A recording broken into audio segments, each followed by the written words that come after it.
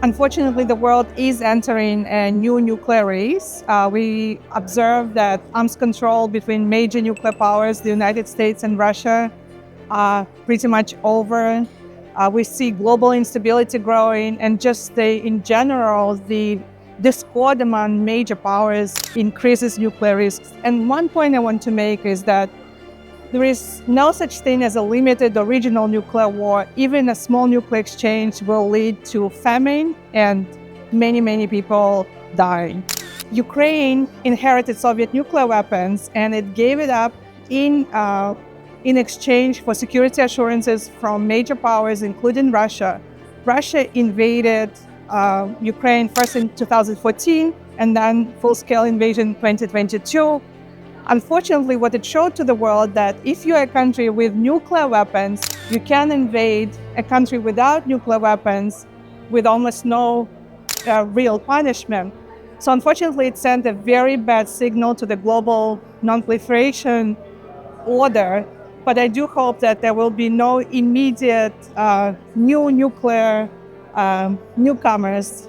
But we do have to treat it very seriously. And we also should treat seriously Russia's nuclear blackmail and using rhetoric that is very dangerous.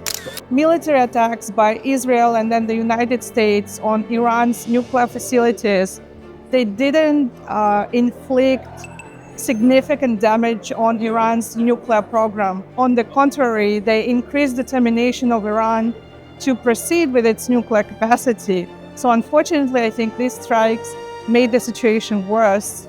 They didn't reduce the risks, they increased them. I do not think that we can expect denuclearization of North Korea in the foreseeable future. So it is about managing the risks and managing North Korea's access to global international market, because it buys dual-use goods and technology that help it advance nuclear and missile programs. Unfortunately, again, the global context and the behavior of major powers is not very helpful.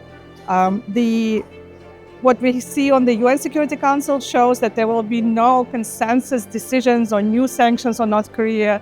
The UN panel on DPRK that monitored the implementation of sanctions on North Korea didn't proceed because Russia blocked the continuation of its mandate.